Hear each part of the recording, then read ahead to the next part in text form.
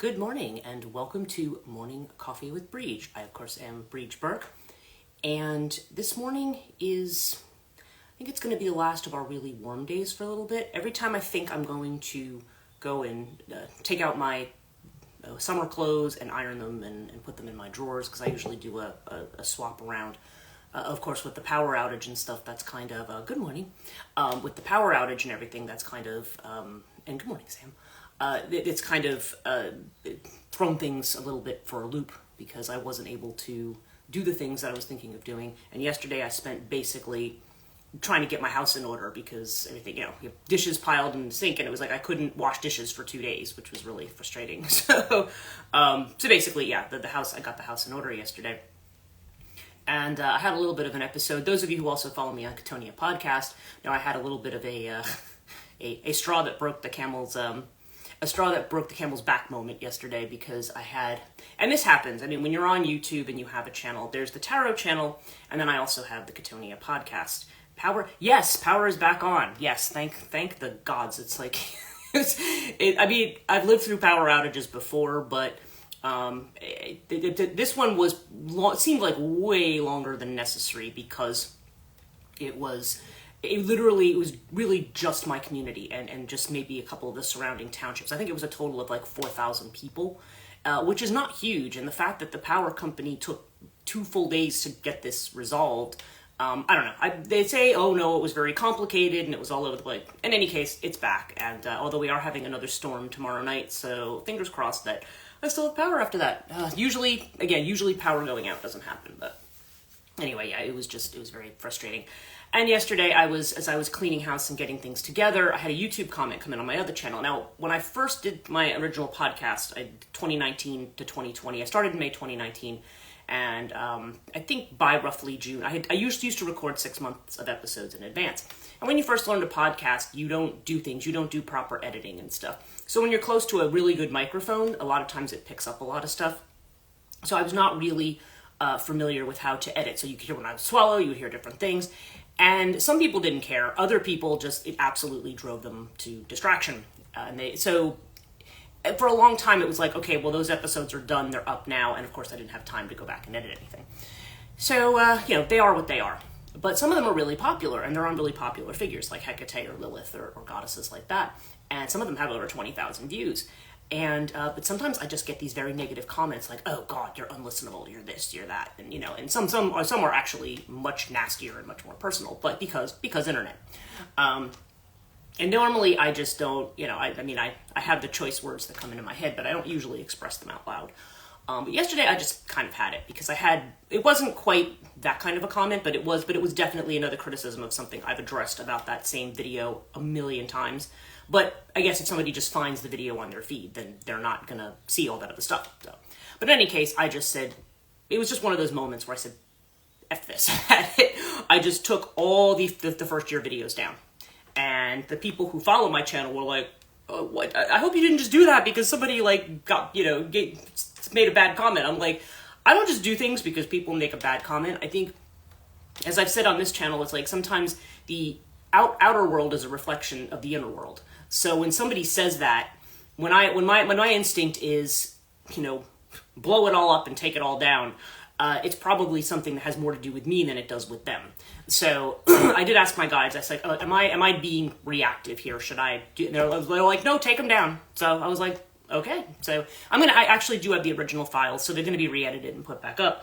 But because it occurred to me at that point, you want to see growth on your channels, and maybe the reason you're not having growth is because that's that older stuff, which is the subjects people want to hear about. Maybe that's holding you back because people are listening and going, oh, I don't like the way she sounds, so I'm not going to listen to this, right? So I just fine, you know what? I'm gonna take them down, revamp it, and of course now if it's out new. And also, I found out that YouTube, if anybody posts a negative comment, because before it really didn't matter. People could say anything and it just counted towards your videos being watched, right? Now it's if the AI perceives a negative, what it thinks is a negative comment, then it will not show your video in people's feeds. So it's a problematic thing. I don't like that from a free speech perspective, because I feel like if somebody is just critiquing, saying, oh, I don't like this or don't like that, they should have a right to say that. I mean, It's a public forum. They, within reason, obviously. But, yeah, exactly. And so I feel people have a right to that, but really YouTube's making it so that if somebody posts a negative comment, I just have to take it down, because otherwise it will kick me way back in the algorithm. And I don't think that, because AI has decided that somehow, because AI doesn't know any better. I have a lot of problems with AI and what people are using AI for these days. But I don't want to derail into that.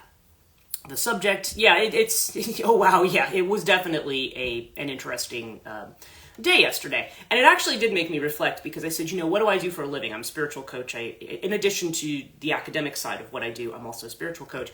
And there's the kind of this perception, I even think about this with the guru and with other people, that I think we often hold ourselves, when we've done a lot of this work, to a certain standard of perfection. And perfection's not a real thing. All of us are human. Even the great gurus, who are maybe embodying, greater obvious embodiments of the divine, they also may do things, or they may just do things that people don't really understand. But it's really, the bottom line is, we all emote. I think one thing we do, and I'll bet people here do this too, if you get really, really angry about something, and if you just let it out, you say it, you black out with every word that you're not supposed to use and everything else, then people say, you're being reactive. The mature thing to do is not to do that, to be, to calm down and be circumspect and to take the high road. And, and I think a lot in American politics these days too, we're seeing a lot of this. There's been a lot of discussion over recent altercations in Congress where people have said, aren't there rules of decorum? And yeah, you do need rules of decorum to kind of maintain things. You can't have people making personal comments and bullying each other when you're supposed to be discussing policy and stuff like this. Some ground rules are really a good thing. But when it comes to stuff, if you feel, I think a lot of times, especially with women, if you feel like you're being attacked by somebody, we're just supposed to kind of, you're gonna take the high road and sit there and say nothing, or you're just going to respond coolly, because basically you're trying to show that it doesn't bother you. That's what it is. And the bottom line is, all of us, everybody's wounding each other all the time, right? But the reality is that we get extremely annoyed with people, and to me, I have a reputation sometimes when I don't like something, instead of just kind of going, it's fine, I'm just kind of like, no, I don't like this, and this is why I don't like this. But I think we're kind of shamed out of that kind of expression. If you express your real feelings about something, somehow that might make somebody else uncomfortable, so therefore it's bad.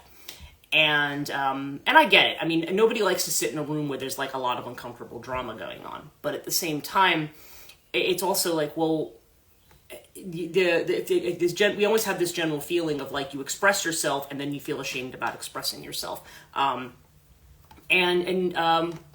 And the thing is, really, we shouldn't. It's just if that's something that needs to be expressed, not expressing it doesn't really help communication. It doesn't really help move things ahead. And sometimes communication is messy. It's not it's not always neat and decorous.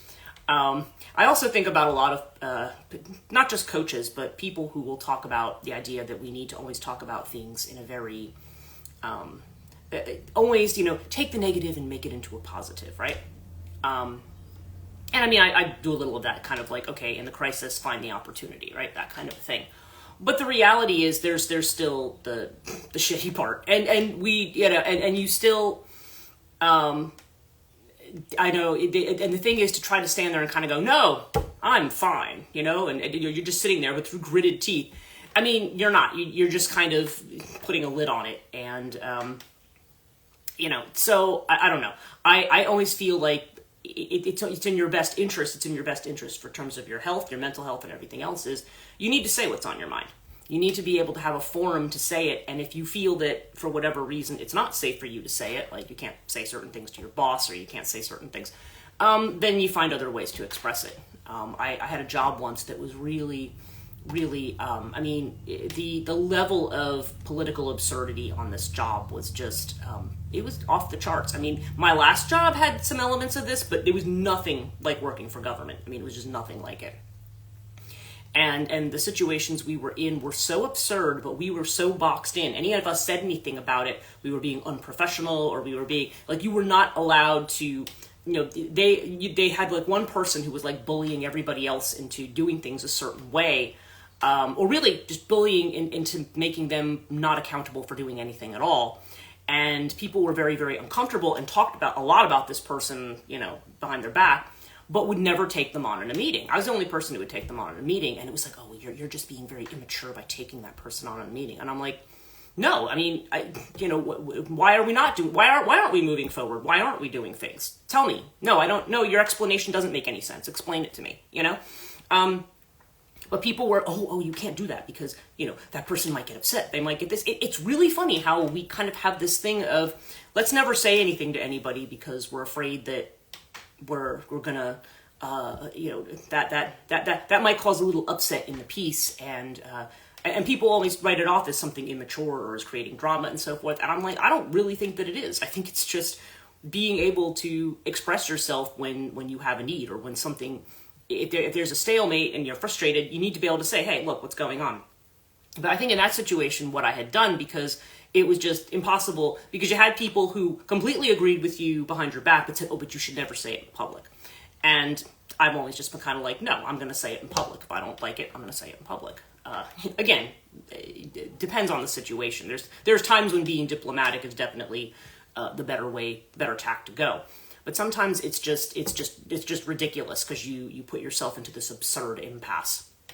So what I did on this job was I'd actually written a soap opera because and of course it was only passed around in the office, but everybody just thought it was the most freaking hilarious thing because, and I think this is also the reason why when our politics are absurd, why we like comedy, because you just need something to, because comedy is kind of allowed to say the truth of things because it's a joke, right? It's comedy. And so therefore there's almost this line that a satirist can walk where they can say something, but it's their job to make a joke about it. And oftentimes jokes are really reflecting what's going on in society. So that was sometimes the way that I had to deal with it when you couldn't deal with it more openly. Eventually I dealt with it by just saying, I quit this job. I was offered another one. I knew a university librarian who wanted me to go work at their library, and that's where I ended up working for 15 years. So, but it was just, but the whole, whole trauma of it, it was just, it's interesting, but a lot of times these things happen, and we're often told that the proper social response as a human being is not to respond at all. And again, it depends on the situation, but sometimes I think people feel bad when they have an authentic emotional response. And I'm like, why do people have to feel bad for having an authentic emotional response? And why are people who just are louder or more aggressive or more bullying allowed to control the narrative, and everybody else just has to sit there in the name of decorum and not say anything? So I don't know. I'm sure like I said, there's pros and cons to it, and there are definitely situations where you're better off not shooting your mouth off. But it was funny. I kind of had a reputation for giving it, not always shooting off in a really, name calling kind of a way. But when I had colleagues that were like that, I would always take them to task every time, usually in their own way. And so, but I always said people would be like, be careful how you do that. But I got pretty good at it after a while, and they still promoted me to management after that. So I was like, okay, if you want me managing your departments, managing the way I do, that seems to make the provosts and stuff squirm in their seats, then okay, I'm all down for it. But in any case, as I've gotten older and slightly less energetic, I don't engage as much. But yeah, I just kind of had a moment the other day where I'm just like, you know what? This is what we're going to do. We're just going to solve this. But sometimes that's what needs to happen. So I don't think it's necessarily a bad thing. So the thing I was going to talk about, and actually this does segue into that very nicely, is the idea of trickery. And I think as I mentioned the other day when the power was out, I was sitting out in the park and I was reading Alan Watts' Psychotherapy East and West.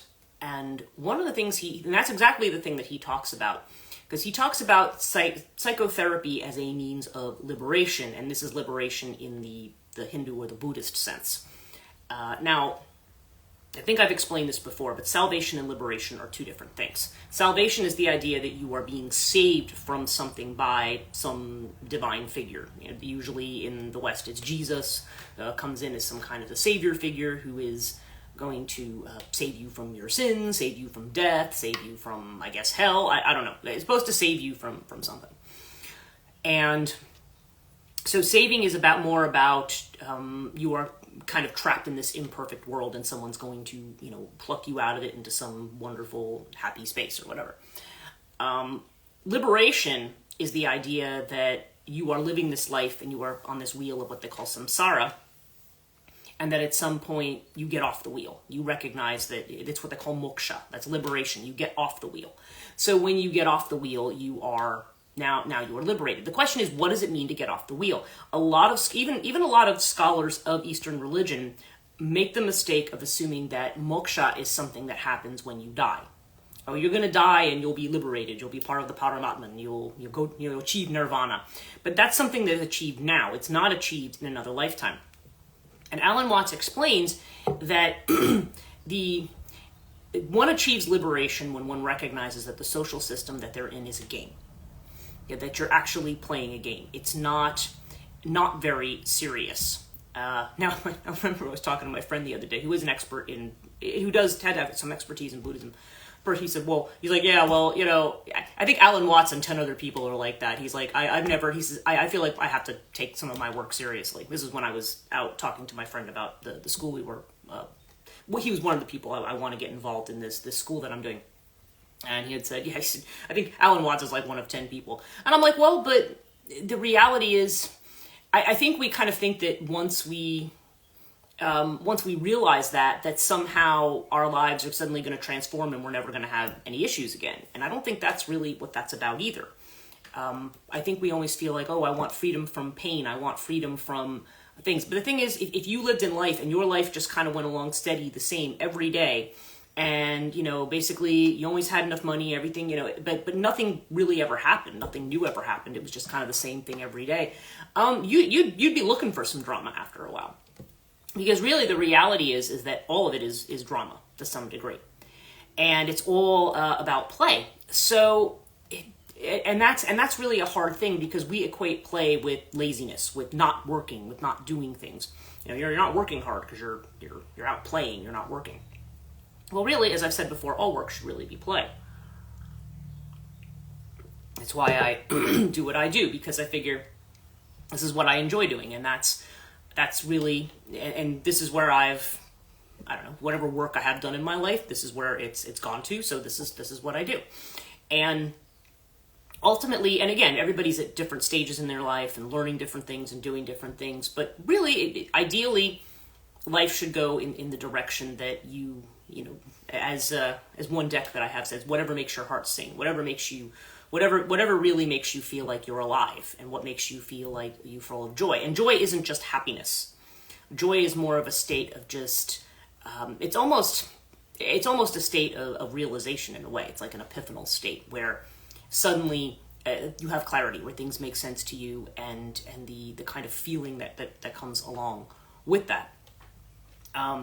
But it's, so the thing is, our mind, as I've talked about, the mind often gets in the way. And so in his chapter on liberation in this book, he's talking about gurus and the way that gurus work. And to him, he says, the guru knows that the guru is not necessarily anything special. We may have different things that we do. We may have different rituals that we do where they say, you must meditate this way and do this and do that. And really, ultimately, the best meditations are trickery. And even my own guru has said that.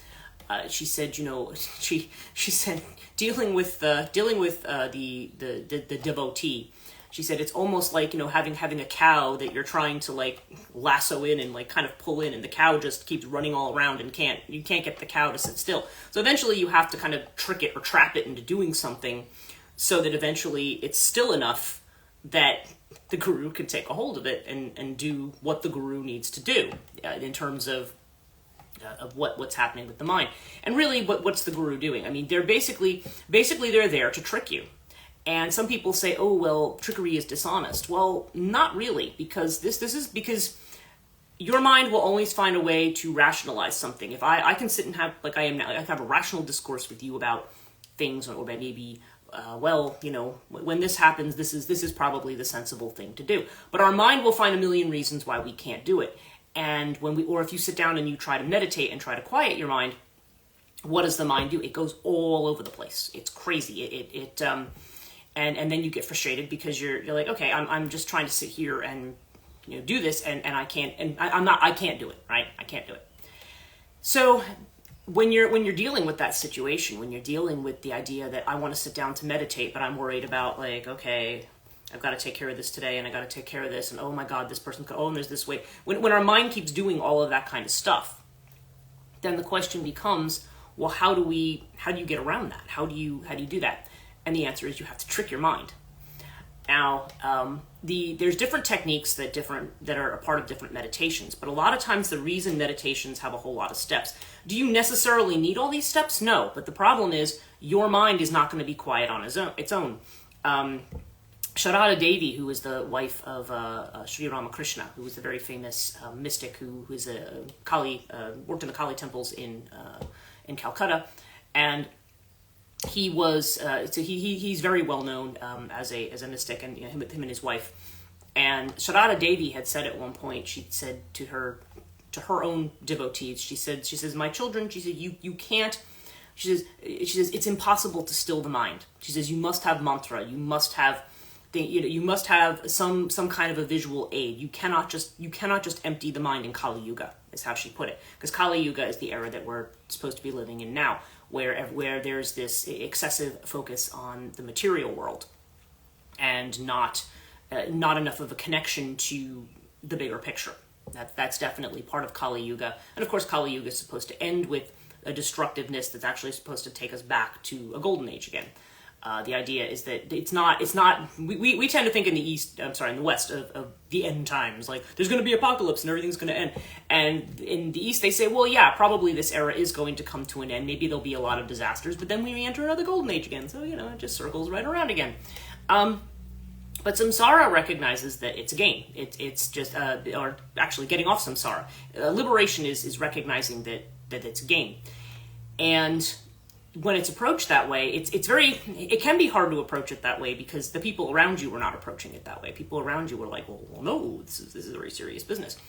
And your mind approaches it that way. That's what you're used to. And when people push back on that, again, the external thing also reflects the internal thing. You're kind of thinking, yeah, you know, maybe I am not taking this seriously. Maybe I am being immature. But you know, there's a reason they often talk about beginner's mind, or getting back to the way of thinking that a child has, because the idea is that you turn it into play. When you're a kid, you say, "Oh, let's pretend at this," or "Let's pretend at that." Really, we're all pretending at adulting. I mean, we're all pretending that all of this means something.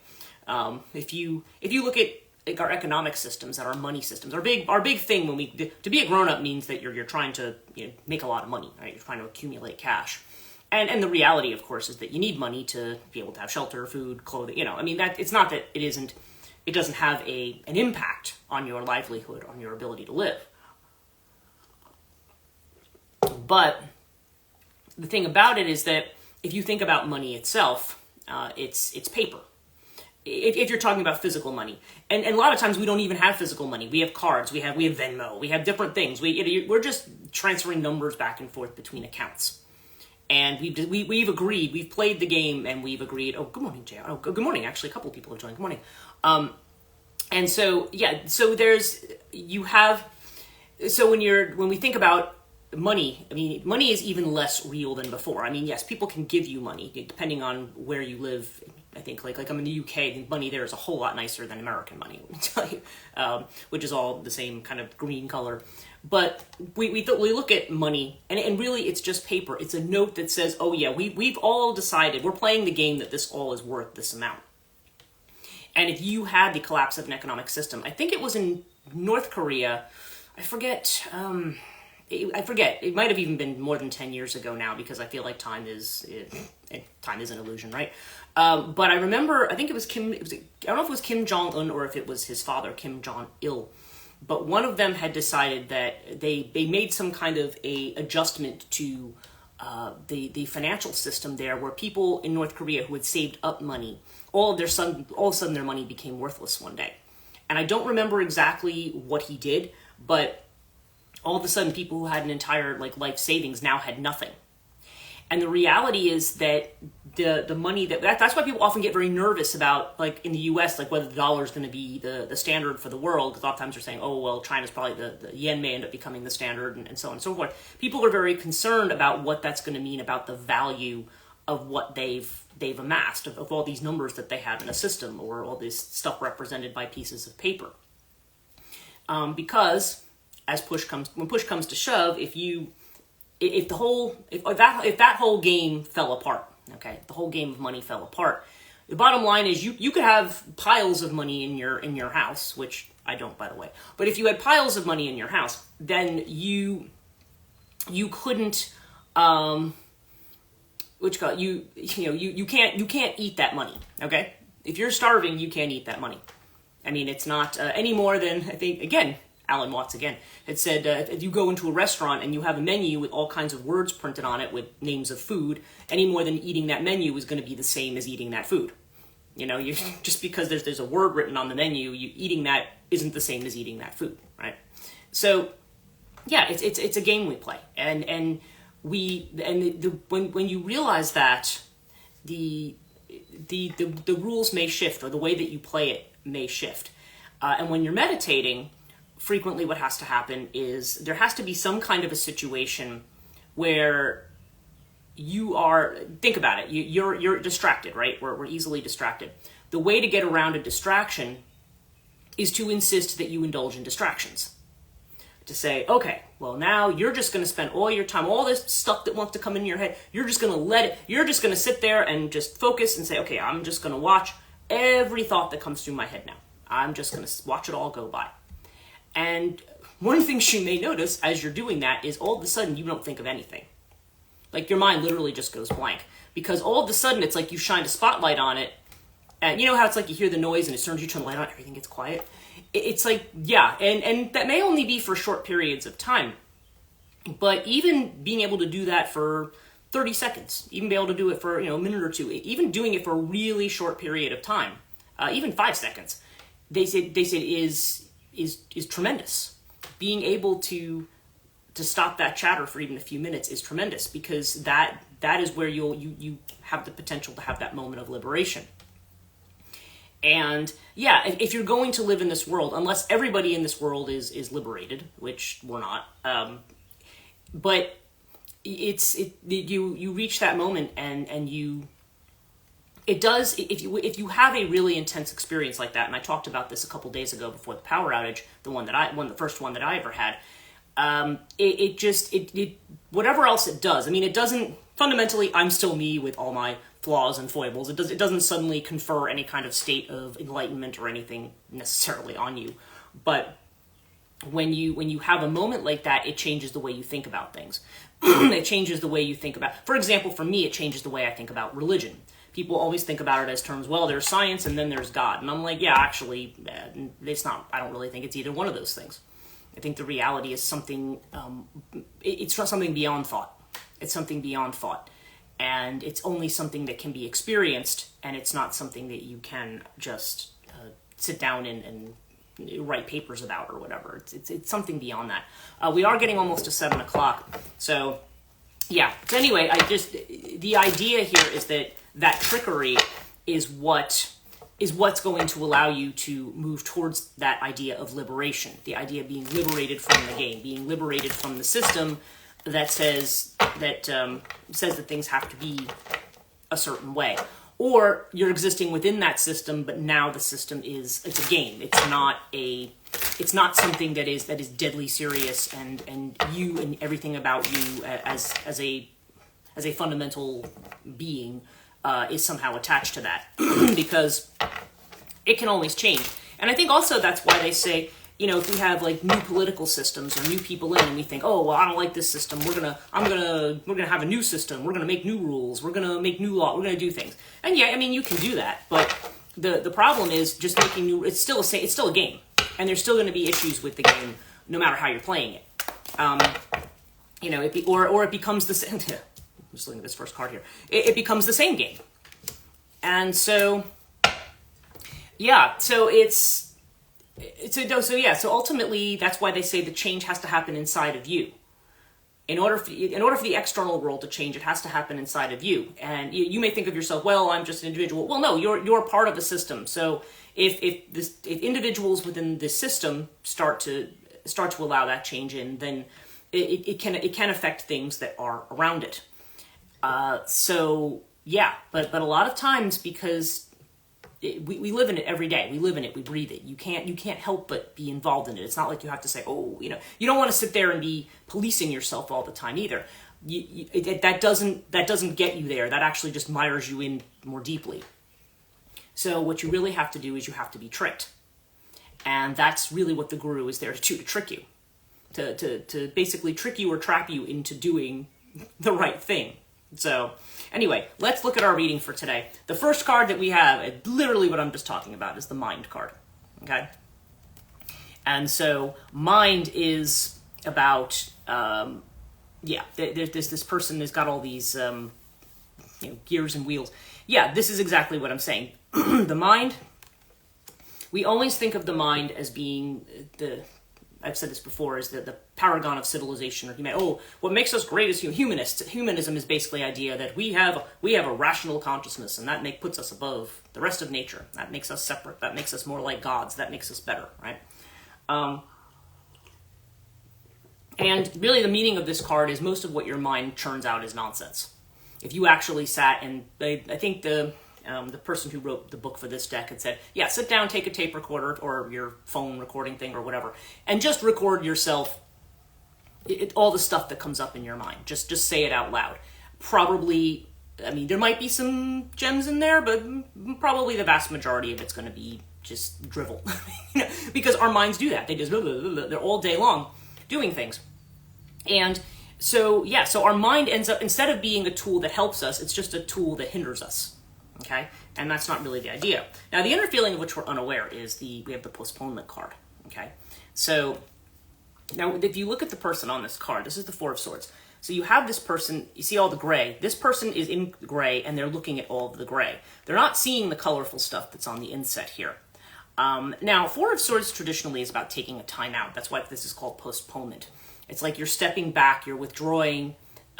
Sometimes this can happen when we're in a depressive state, or when we're in a state where we're not feeling particularly motivated or happy, or just maybe we're just feeling drained of energy and unwell. And this is saying, this almost has the vibe of the Four of Cups too. It's almost like there's a beautiful thing here, but you're not looking at it because you're not seeing the wonder of life. You're not seeing things because your mind over here has you so focused on all the things that you have to worry about, right? And the external feeling of which you're aware, okay, here's this Nietzschean card again, is the Rebirth card. Okay, now I've explained this card before, but just very briefly I'll explain it again. You have a camel, you have a lion, and you have a boy. And this has to do with what it was in Thus Spake Zarathustra, I have to say that carefully, which is Nietzsche's work, in which he tells the story of a person who, you begin life as a camel. So a camel is someone who kind of goes along and is very contented and accepts the system and goes along. But then when you realize the defects or the deceptions or whatever that system, you may become very, very angry. And so then you move into this phase of being a lion. And the lion, of course, roars out and gets very, very angry. A little bit what I was talking about at the beginning of this. So, you move from one stage to the next, where all of a sudden you recognize where there's injustice, you recognize where there's imbalance, and you may become very, very angry, and you may start to roar, okay? But then from that stage, that's not the final stage. You move into this stage of the child, and the child is the one who recognizes the imbalances of the system, but now goes back to that beginner's mind and just says, okay, it's time to live life like a child again. Because at that point, you recognize that things are a game. So you're not living in that space where you are constantly, feeling, where you have to feel angry about something all the time, or where you always have to be acting in battle mode, you know? The card that we have after this, the advice card, is Judgment, Beyond Illusion, okay? And Beyond Illusion is just what it says. The idea that you are awake and aware. You know you're awake and aware. You see things for what they are. That's what we're just talking about liberation this morning. That's what that's about. You see the fact that everything that you do in society, this whole machine and machination that we're in, it's a game that you play. It's not, if you want to talk about it in any kind of ultimate sense, it's not real. It's part of what they would call Maya. It's an illusion. But you're not trying to get rid of Maya. That's not the point. The point is that it's a game that you're playing. You know, you're born, you've gotten your hand, of whatever, and then you work with that and figure out how you're going to play the game. Not necessarily how you're going to win it, but how you're going to play it. How you're going to play it in a way that keeps you in the game. So, and sometimes it's just, we reach a point where we want to just kind of step out of the game. But it's hard. You can't really step out of the game. So the question is, how do you maneuver in such a way? That's really the cleverness of life. How do you find a path through it that's authentic to you, while you're still, to the degree that you feel you need to, play the game, right? The ultimate outcome card here is guidance. Okay, this is the Three of Pentacles, and yeah, this is the idea of being guided. So for people who, like I said, I feel I have spirit guides and ones who work with me. So for me, I feel like there's that kind of guidance. But for people who say, well, I'm not a spirit guide kind of person, then definitely you can talk about this as being the internal guidance, the internal voice that you have. And it also can be reflected in the external world. There can be people who just, by synchronicity, show up in your life and say the right thing at the right time. And then you're able to move, you're able to move ahead, right? You're able to, they say the right thing at the right moment, and all of a sudden you have that awareness. So the idea seems to be that people are being guided. Guided to get past the mind, because I think a lot of people, I think, who watch this, or maybe if they don't, then there's something to consider, certainly. But I think there's certain people who already know this. I'm not telling you anything maybe that you don't know, but the idea is that, but it'd be the fact that we know it, as I said the other day, intellectually doesn't necessarily mean that the body knows it. And so sometimes these crises or experiences or things, or the way in which we end up feeling trapped or feeling stuck, is actually just a way of kind of being tricked into the new thing, whether it has to do with a set of circumstances where you finally say, the heck with this, I'm not putting up with this anymore, I'm not doing this anymore. And then you just, that's that inspiration that suddenly comes up, and you suddenly have the solution to the problem, because you've already painted yourself as far into a corner as you're going to go, and you're like, right, enough of this. Or it can be a situation where you're like I said, you just have a mind that runs and runs and runs, but that there could be a moment of trickery, a moment where you lean into that to some degree, and by leaning into it and shining a light on it, sometimes you can actually stop it. A lot of times, great ideas, innovations, and enlightenments and things don't come in the moments where we've been sitting down logically analyzing and planning. I mean, they could, I guess, but for the most part, if you hear about like great scientific discoveries and things, you'll hear that the particular scientist had a dream, and the dream had nothing to do. It's not like they saw the thing, but they would have a dream about, I don't know, I don't remember exactly what it was, but somebody had a dream about like being on a sled as a boy or doing something like that, and then woke up, suddenly had this theory that they were working on. Suddenly they understood something about that was like metaphorical of what they were trying to get to. And then they were able to develop this theory that became kind of standard in physics. So the discoveries often come, as I think I've said before, creation is not something that we make happen, it's something that happens to us. So yeah, there's a lot here about quieting the mind, but again, this idea of trickery is recognizing that you're playing a game, recognizing that you live in a structure where you're not going to get out of the game, but then you figure out the way to play it that is going to work for you, and figuring out a way to play it in such a way that when you need to be in that centered place, when you need to be in that quiet place, that you're able to stop the mind by tricking it in some way. That's really the only way to do it, because if we try to do it by some kind of rational 3-step process, you can't do it. You cannot calm the mind through mind. I mean, you have to trick it in some way into shutting up, basically. So we're at 10 past 7, and like I said, I want to thank everybody for joining me. I am here every morning, barring obviously things like power outages and stuff. But I do try to be here every morning. I think the next time I'm definitely not going to be here is June the 8th, because I'm taking a class in the morning.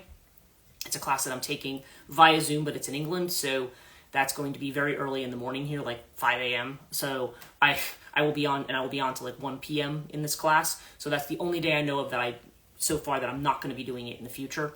But otherwise, barring anything else happening, or illness or anything else coming up, I should definitely be here in the mornings. Again, this is always available on Instagram recording, and I will download this and put it onto YouTube.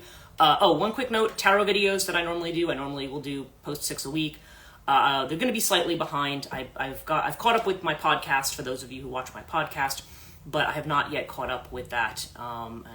Thank you. These are something I look forward to. You are welcome. I'm so glad that you are enjoying these, and I'm glad to be able to do them. I enjoy coming on in the morning and being able to just share some of the stuff that goes on in my mind before I reach a certain point in the day where I feel like I just want to take a nap. So, So anyway, all this will be available, and like I said, slightly delayed with the tarot this week. But if I don't manage to get it together by Monday, it will be out by Tuesday. So thank you guys so much. Love having you all here, and until the next time, take care.